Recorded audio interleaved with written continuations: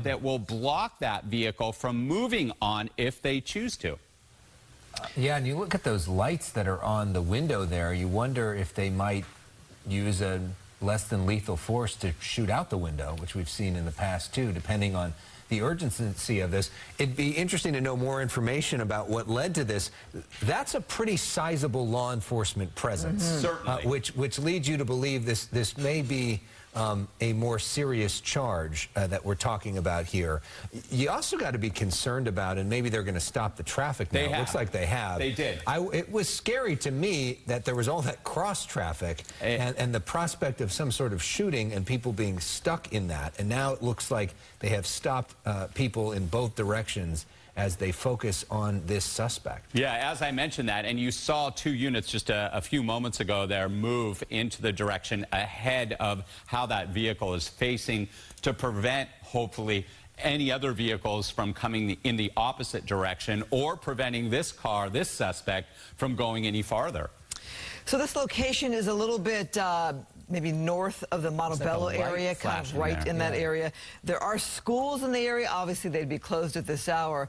The main issue for law enforcement is that they go home safely.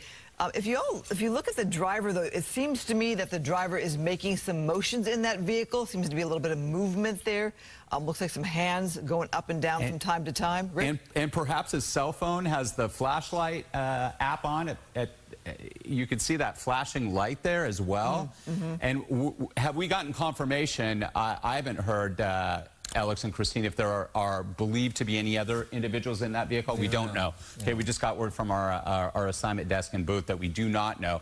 Vehicle, though, there you can see the windows are a bit tinted out at this time. There you go, though. Both sides of the street there, Wilcox Avenue there, shut down. So they have created what we call that perimeter, or that line around an area to protect any innocent people, perhaps pedestrians or people on bicycles, even at this late hour during the holiday season, or of course the vehicular traffic from getting close by. And it looks like the back window is down. Yeah, it's halfway down there, up. And there's that's a light. That's clearly a light that's being flashed there, right? That you see from the driver there. Still do not know the want. Why initially they chose to light this individual up. Sometimes it's just a traffic infraction, and they run the plates, they run the registration and say, hey, something's up. And then they really take on the force of what you're seeing here. We just don't know that at this time. Bottom line is, this was a pursuit, meaning that this vehicle was being tracked by the Los Angeles County Sheriff's deputies there. And this individual has decided to pull off to the right there, and now we're just kind of in a wait and see, a standoff. And they essentially can wait this person out. They got all the time in the world. They got a whole lot of vehicles there. They're happy to accept the overtime. They can bring in reinforcements. This person is basically just sitting there. The other option, Christine, if they felt like there was people in imminent danger, and maybe the fact that they've shut down the road, maybe people aren't in imminent danger. We've seen them in the past go forward with either shooting less than lethal rounds or a shield, and to try to literally pull the driver out, but it doesn't appear that that's coming imminently here. Yeah, we don't know if it's a male or a female. A whole lot of resources, though, being tied up for this standoff here. I'm not sure the direction of the vehicle, but Wilcox would take you to the 60 freeway. There's not an on-ramp or off-ramp right there at Wilcox, so the driver would have to kind of know the area to maneuver to that on-ramp. But there is a freeway nearby. I'm sure law enforcement doesn't want this to continue on for that driver to get on a freeway.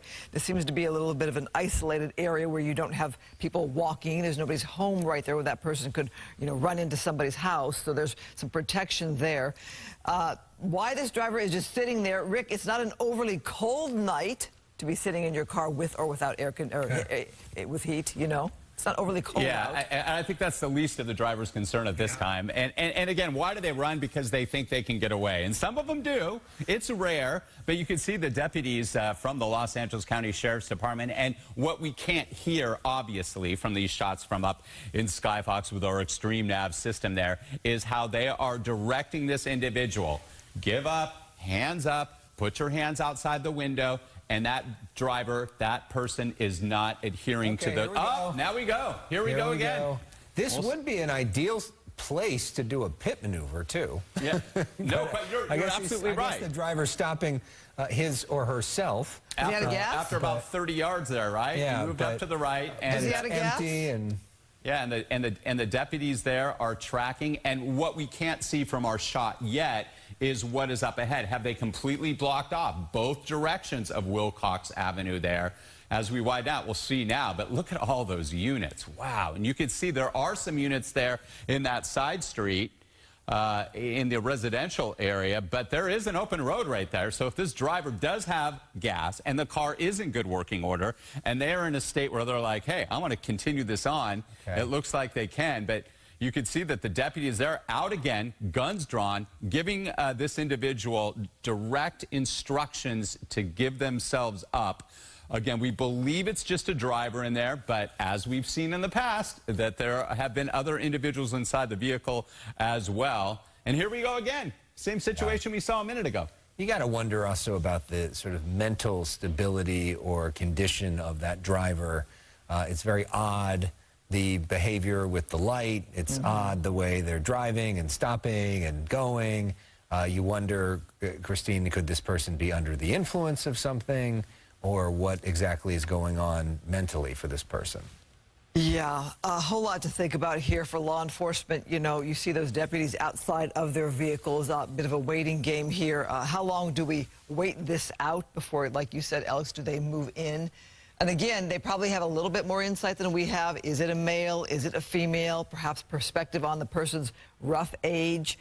And we're not hearing it's a stolen car, so they might know something about the driver as well. Are they moving in here? Looks like they're starting to position up. Perhaps they're going to make a move. You know, you can see the one lead officer, the one vehicle, the one sheriff's deputy vehicle that is front and center there. That's where those deputies have their guns drawn and are trying to give direct instructions, are giving direct instructions to the driver. Give yourself up. Put your hands up outside the window. You know the drill here. Here they come, though. Here they come on the right. Let's see what happens here, and let's see if this driver decides to take off. But they're done with this. The LA County Sheriff's Department is going in here and going to try to bring this to an end. They just threw, it looks to be some sort of device. It looks like a spike strip behind the back vehicles, and there they go. There they go. Oh, spike strip. You're right. Wow, I'm not sure. I've seen that before where they do the spike strip right there with the car stalled. Pursuit is on again. Let's see if those back wheels are disabled. Now stopping. Cat and mouse continues. Mental stability, yes, obviously. They're trying to evade police still. And they won't give up. Still the flashlight from cell phone something. And, are they trying to flash back, the helicopters there? Yeah, and looking back at the deputies there, trying to communicate with them, and there they go. There he goes again. Okay. It looks like a male there driving, and he's picking up speed now. This is the quickest we've seen him since that standoff first started, and this is close to the 60. There's the deputy vehicle there, holding off traffic. You wonder if they'll have another spike strip maybe set up. I mean, it would be easy to set it up in this scenario. Now, this is a pursuit. Again, everybody, you're watching it live here on Fox 11. Unclear of the want. Look at those deputies right there. Goodness. See? Right through there. And it's on. You can see a night sun there, so that obviously is an LA County Sheriff's helicopter there. The green and white ones that are illuminating this vehicle. Let's see how the wheels work. Well, it looks down, right? That back left tire? Yeah. That definitely looks flat. Yeah. Even the front tire looks a little low from our vantage point there. So perhaps job well done with that spike strip there, but it was scary to see that driver making his or her way through those deputies, those other police vehicles, and to see other traffic there yet again. And stopping again. Stopping randomly in an intersection here.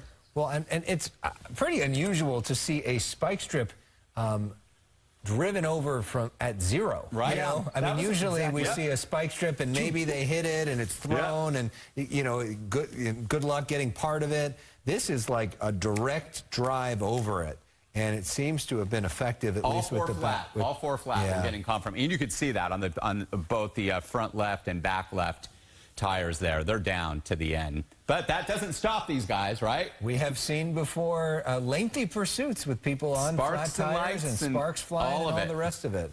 Guns drawn again. We're at a standoff. Yeah, clearly this person is not acting all that rationally. Yeah. At least hasn't been since we started. And it's very possible that this individual is speaking to somebody on his cell phone. We believe it's a male driver there, on his cell phone there, trying to rationalize what he's going to do at this point. Again, unclear if there's anybody in the vehicle. We haven't seen much movement, but then we've seen situations, there's a car seat in the back and a child in the back. We've seen situations where trunks have opened, and we saw a child be in the back of a vehicle in that capacity. Bottom line, another standoff here. We'll see if this individual, lots of movement, really uneasy there. And we'll see if the here try to approach the vehicle, because they were trying to. You saw you saw what they were doing there, and they had on again. Here we go. Oh, okay. Let's see. And you can see that vehicle has been disabled. And let's see how much control this driver has. Yeah, no question that that those tires have limited the capacity of this vehicle. On and off, stop. Oh, the driver's out. Is he going to run out? This is dangerous. Okay. And we never know. Like Screaming. Again, suicide. You know that. We've seen awful situations like this, especially when he starts to grab at things and not do what he's being told to do. And a male driver there, unclear if there's anybody else there, waving, gesturing, angry, the question agitated. Is, who does this in front of law enforcement and behaves like this? You have to wonder, is the person on drugs? Huge show of law enforcement presence on this one.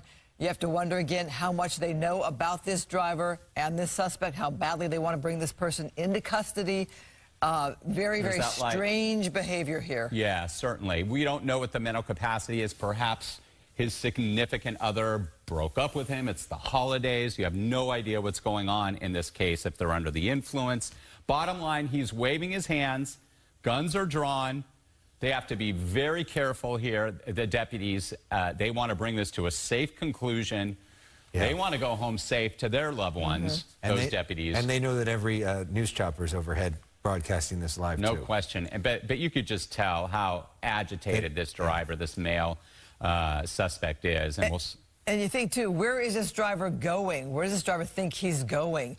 They have this road, for the most part, blocked off, so there's no other cars to try to carjack. It's clear that this driver probably isn't thinking much. No, and the bottom line, as I always say, Alex and Christine, is they do this, and what we're seeing, because he's still not in custody. He doesn't have handcuffs on. He's not going to jail yet. Well, so what's going to happen? Is he going to be able to get away? Is there a chance?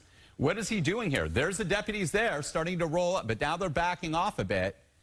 And we do not have clarification. We don't have any intel yet whether or not that this individual is believed to be armed, but they have to address it like he is armed. And with the officer, the deputies backing up there, you have to wonder, what intel did they get there? What was that driver saying, perhaps, that had them retreat just a little bit to get more safety? So if you're just joining us, the time now is 10:30. You're watching the Fox 11 News at 10. I'm Alex Michelson with Christine Devine and Rick Dickert. We are watching a strange pursuit that has been a start and stop pursuit in the San Gabriel Valley. This driver just a few moments ago got out of the vehicle, clearly agitated, screaming at law enforcement. Pro tip, here we go. Not a smart strategy to scream at law enforcement with stuff in your hands as they all have guns drawn. And this man is very lucky at this point. You could see the other deputies there. And they're trying to do whatever they can to set up that perimeter. There's the 60 freeway there. That's Wilcox Avenue there. That this driver's underneath the overpass. Now you can see the night sun. That illumination that you see on the 60 freeway is from the helicopters, the deputy ships light there. But and there are deputies here trying to block off the street, trying to keep innocent bystanders safe. And just trying to bring this to a peaceful ending, and they've given this man many times to just do that. We're hoping that this will come to a conclusion right here. But you can see that Rick, the overpass is blocking the view. Yeah, and there's not an entrance right at that location either. We are hearing that deputies are moving in here. Yes. Obviously, our view is blocked here. We can only pray for the safety of those law enforcement officers And for the suspect as well, obviously somebody is having a very bad day, very agitated, very bizarre behavior. You have to wonder if there's drugs involved here. This has been a stop-and-go pursuit. Here we go. We're moving the helicopter, too, to try to get a better vantage point. We're heading south of the freeway here, and we're going to look under the overpass to see if we can get a better shot from our... Part of the reason there's so much fascination with these pursuits is that there are instances where people get away. No question. We see it all the time here on Fox 11. Most of the time they don't. Some of the time, though, they do. Here we go, keeping driving now. Maybe we'll drive past that freeway.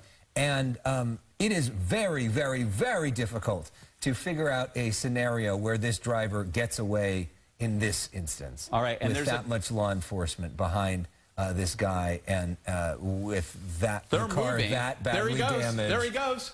He's on. He's moving again there. Where is this person going to go? Yeah. Pomona Boulevard there at Wilcox, just passing underneath the 60 freeway. And here's the deal. The tires, at least on the left side, we're hearing all four have been compromised by the spike strips. But clearly on the left side, the left front and left back side, they've been compromised here.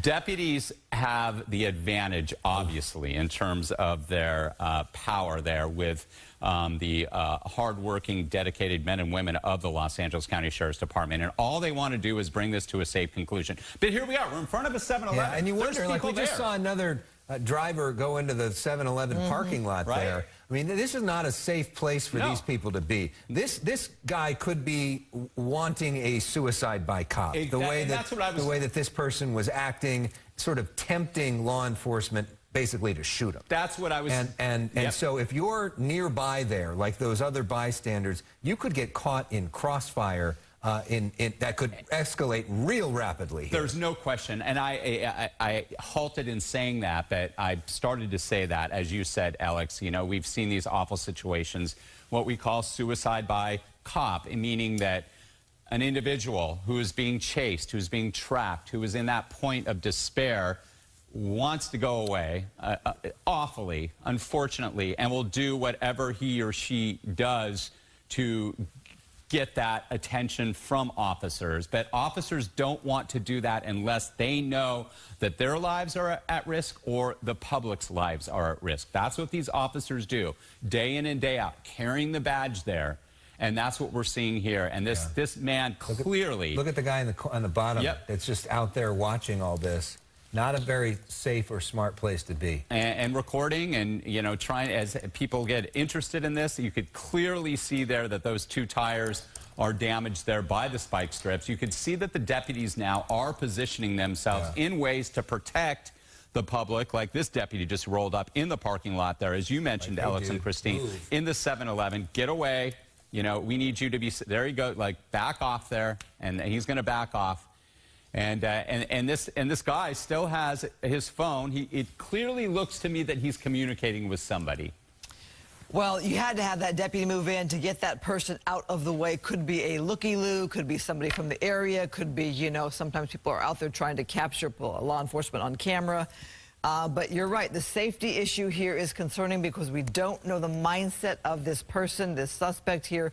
I don't know if that's a business or a home to the top of the screen there. It looks like it might be a business, but now you have the concern of other people as this driver has been able to make his way into an area that has a little bit more activity, a little bit more population. If there's a store right there, you've got a clerk working there, you've got customers perhaps there. We've seen other cars in the area. Much more of a concern now for other people. And if you're law enforcement, here's what you know. That this person is clearly agitated, yelling at you, when you're yelling commands, not obeying them, has stuff in his hands, kept reaching back to the vehicle, has not been willing to put his hands up. So what are you thinking? There could be a gun in there. This person's not acting rationally. And you've got to be worried about your own safety and the safety of everybody else around because this person is acting crazy. And you have flat tires, a car that's disabled. Now you're in a residential area, so a lot of concerns here. But the driver knows that car isn't doing very well because of the tires and the ability to move the car. So still not giving up. And just looking, you know, obviously at his mannerism, we keep saying how agitated he is. He's clearly speaking to somebody on a cell phone there and trying to make sense of what he should do at this point. He's not running. He's not racing. He does a little bit. He does a little cat and mouse. He moves for a half a block or so and then pulls back over. But he's not trying to completely evade these deputies and get on a freeway or pick up a side street and just rip out of there. That's not what's happening here. So again, the stability, the mental stability of this individual clearly is unhinged. And these deputies know it, and they're doing whatever they can at this point to protect this neighborhood that is governed by the law enforcement of the Los Angeles County Sheriff's Department. You wonder, Rick, I mean, there's a few different tactics they could use, and we've seen in these scenarios. One, a canine. Sometimes they'll deploy. Two, they will shoot non-lethal rounds to try to break the window. Three, sometimes they'll throw gas into the vehicle to make it so uncomfortable that the person has to leave. And four, sometimes they'll bring in their SWAT vehicles, the really big vehicles that literally blocks the person in so they can't go anywhere. We haven't seen any of those deployed yet, Rick, but now law enforcement trying to figure out what to do next. Yeah, the Bearcats and what have you. And, you know, maybe crisis negotiators, because we have seen standoffs like this last for hours, blocking freeways for hours. And at this point, that's where we are. The vehicle clearly has been disabled by the spike strips, those two tires that you see there in the front and the back. And this individual is speaking on their cell phone to somebody trying to figure out what he's going to do. And he has to know. He sees the manpower, the human power, the woman power behind him, and definitely knows that it's very unlikely he's going to get away. Can you imagine being the 7-Eleven clerk there, working that store right there, and having to witness this and have your business kind of essentially shut down right now? And watching, you're right, I'm watching from those 7-Elevens. Those stores obviously so illuminated with full floor-to-ceiling windows. And the danger, too, that, you know, possibly could be in play with this. But these deputies know that. They're highly trained, and they're setting up a situation. But you can see how he's moving his phone. You see that? He's moving his phone, and he's talking in a very agitated way to somebody. That's what it appears, at least from our vantage point from Skyfox. If you're just tuning in, this is a pursuit. It was a pursuit. It's on and off. Now it's a standoff here, just off the 60 freeway here at Wilcox Avenue. Now, this location is East LA, Monterey Park-ish. Like you said, off the 60 freeway, above the 60 freeway here. You know, with that 7-Eleven store there, the big concern is customers, the clerk, the person running into that location. As you pull out wide there, you see this is a residential. You see law enforcement blocking off those roads there, trying to get ahead of the suspect should that car move forward. Look at, okay, there's the picture there of the 7-Eleven with cars there, customers there, people who perhaps were using that business were either staying put or stuck there. But you can see that deputies are setting up that line, that perimeter, as I speak of, to make sure that we keep this here where it's at. Traffic being held there. Oh my this is goodness. just off the 60 freeway here. Look at that. Yeah, there's a backup there. That's the frontage road there that parallels the 60 freeway. And this driver now hasn't moved in a bit of time. We've seen a little cat and mouse action since we first picked this pursuit up during the top of our newscast here on Fox 11.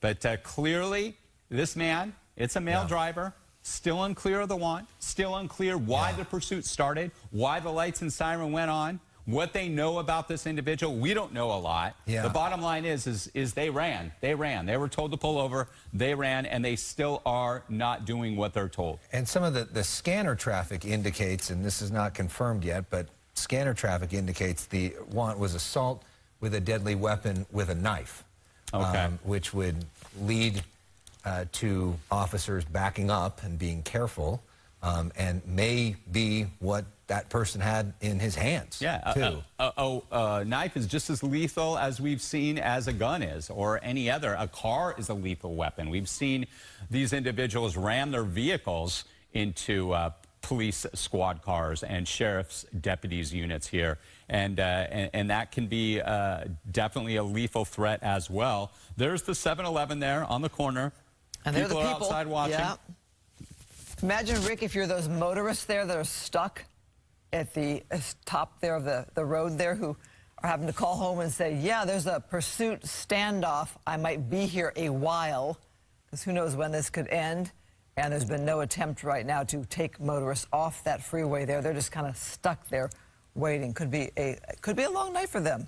Yeah, and the 60 freeway, by the way, everybody, not impacted at this time. East and westbound lanes are open. This is adjacent to the 60. We saw the 60 overpass, but it is not being impacted. There may be an on-ramp or off-ramp nearby, but the 60 freeway is open. You could see the suspect there again, that male suspect communicating on his cell phone.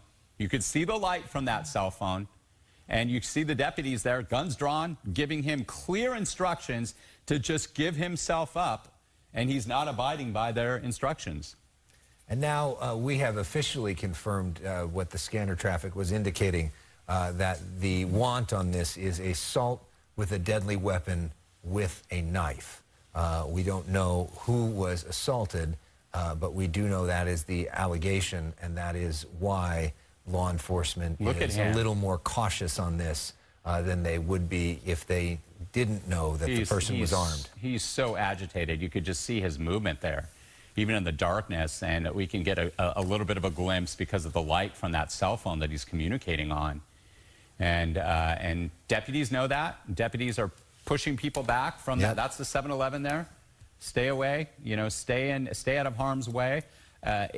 Obviously, if it's just a knife, they are out of harm's way at this point, but you never know, and they have to assume there could be a gun involved as well. That's how they treat all of these individual situations. And deputies are all around this neighborhood, in the alleys there, setting up those perimeters, as I say, those lines to keep everybody safe. If you're anywhere near here, obviously you hear the helicopters. You hear the bullhorns from the deputies there directing this individual what to do. Obviously, just stay inside, doors and windows locked, common sense, because this guy has been erratic. He has gotten out of his vehicle once, and that could happen again. Erratic, that's a really good word for that person's behavior. Interesting take on human nature as you look at the people that were at the 7-Eleven there. Didn't seem to me that their vehicles are blocked in, that there's a way to exit the 7-Eleven should you want to go home. It's 10:45 at night, yet you still see cars staying put there. You see people standing outside taking a look at what's going on. For the same reason, we're still on this story when there's a whole day of other news. People are fascinated to see how this is going to end. And we got movement here by deputies again. So let's see what happens, because he has driven off in the past. And we'll see if they can get at him. That shield. Yep. This is break they're the going to window. pull him out. They're going to show force here. They have to. They have to show force. They've given him plenty of chances. They pulled him out of the vehicle. They're going to cuff him. They're detaining him. And they're going to take him off to jail. They're going to clear the vehicle. They're going to throw up the 4 fingers, as we say, the code 4. And hopefully, thankfully, this has come to a safe conclusion. We don't know everything behind this story. You could see that non-lethal weapon that was drawn by a deputy there, that it looks like they just went in there and grabbed him, right? Alex, Christine? Yeah. Obviously, they felt safe enough to do that. You talked about, Alex, a deadly weapon with a knife there. Apparently, those deputies felt like we can handle this, we can bring this to an end.